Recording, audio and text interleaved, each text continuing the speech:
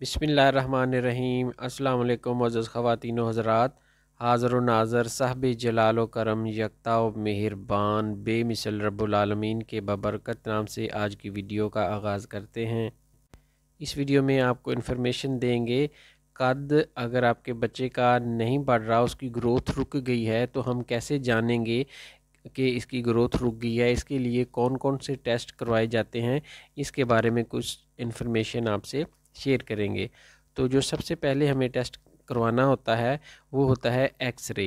X ray करवाकर हम ये देखते हैं कि इसकी ग्रोथ प्लेट जो है बच्चे की, उसकी क्या पोजीशन है। और ये टेस्ट ज़्यादातर बच्चे के बाएं हाथ का करवाया जाता है और उससे यही अंदाज़ा लगाया जाता है कि कद ना बढ़ने की क्या वजह है और ग्रोथ प्लेट रुक गई हैं, बंद हो रही हैं, या उसकी क्या पोजीशन है।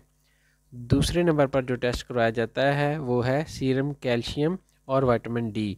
इन दोनों को चेक करवाया जाता है कि अगर बच्चे के अंदर कैल्शियम और विटामिन डी की कमी है तब भी कद नहीं बढ़ता, और इसके लिए कैल्शियम और विटामिन डी के मरकबात दिए जाते हैं ताकि हड्डियां बढ़ सकें और कद बढ़ने में जो इसकी कमी है वो पूरी हो जाए।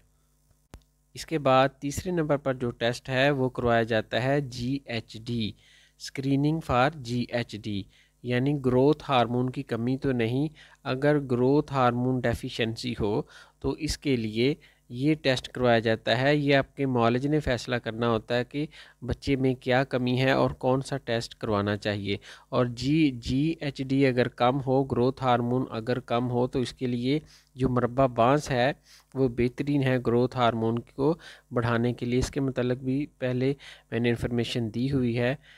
और चौथे नंबर पर जो टेस्ट है वो है CBC, यानी कंप्लीट ब्लड काउंट। इसमें ये देखना होता है कि आयरन की कमी तो नहीं, HB कम होगी अगर बच्चे की तो उसको, तब भी उसका खून की कमी की वजह से कद नहीं बढ़ा करता, तो इस वक्त इसको कैल्शियम के साथ हमने आयरन भी देना होता है ताकि उसकी खून की कमी पूरी हो जाए।